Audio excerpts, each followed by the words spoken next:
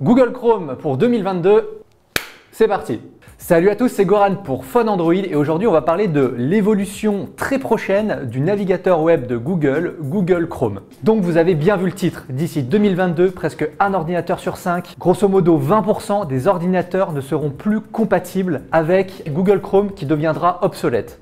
Bon, moi à titre perso je m'en fous un peu, je suis sur Mac, mais bon, c'est pas pour autant qu'il ne faut pas partager les bons tuyaux, t'as vu? Qu'on se mette d'accord, Google n'a pas choisi de façon aléatoire 20% des ordinateurs qui deviendront obsolètes, hein. Il y a bien une raison derrière. Et la catégorie précise des PC qui seront concernés, ce sont tous les PC qui sont encore sous Windows 7. Alors ce qu'il faut savoir, c'est que depuis le 14 janvier 2020, donc le début de cette année, Microsoft a dit adieu à Windows 7. Concrètement, ça veut dire que ça fait presque un an que Microsoft a arrêté de faire des mises à jour sur cette version de Windows et ça a entraîné des failles dans la sécurité de l'interface. Mais malgré ça, il est estimé que 20,93% des PC n'ont pas encore fait la migration de Windows 7 à 10. L'arrêt des mises à jour de cet OS, qui est quand même vieux de plus de 11 ans, a forcément créé une sorte d'effet boule de neige, surtout dans l'écosystème des développeurs de logiciels. Et c'était aujourd'hui le tour de Google de prendre la parole sur son navigateur web et de voir son évolution prochaine, surtout concernant Windows 7. Et c'est donc officiel, aux alentours du 15 janvier 2022, les millions d'utilisateurs de Windows 7 se retrouveront avec une version obsolète du navigateur de Google qui sera donc très sujette à tout ce qui est bug et piratage. Mais alors, que faire pour résoudre cette situation?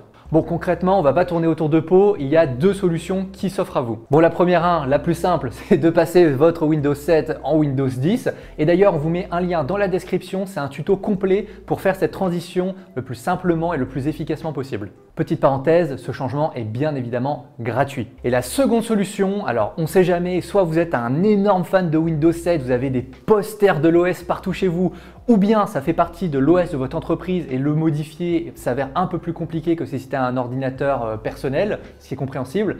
Dans ce cas-là, on a une autre solution pour vous. Donc comme on vous l'a dit, Google a posé un peu sa date de péremption pour Windows 7, mais ce n'est pas le seul en fait. À titre d'exemple, Microsoft, lui, avec son Microsoft Edge, continue de marcher sur Windows 7, mais uniquement jusqu'au 15 juillet 2021. On ne vous parle même pas d'Internet Explorer avec sa version 11 qui est dès à présent obsolète sur Windows 7. Et donc en éliminant tout ça, il nous reste une petite piste intéressante, c'est Mozilla Firefox qui n'a toujours rien annoncé sur ce sujet.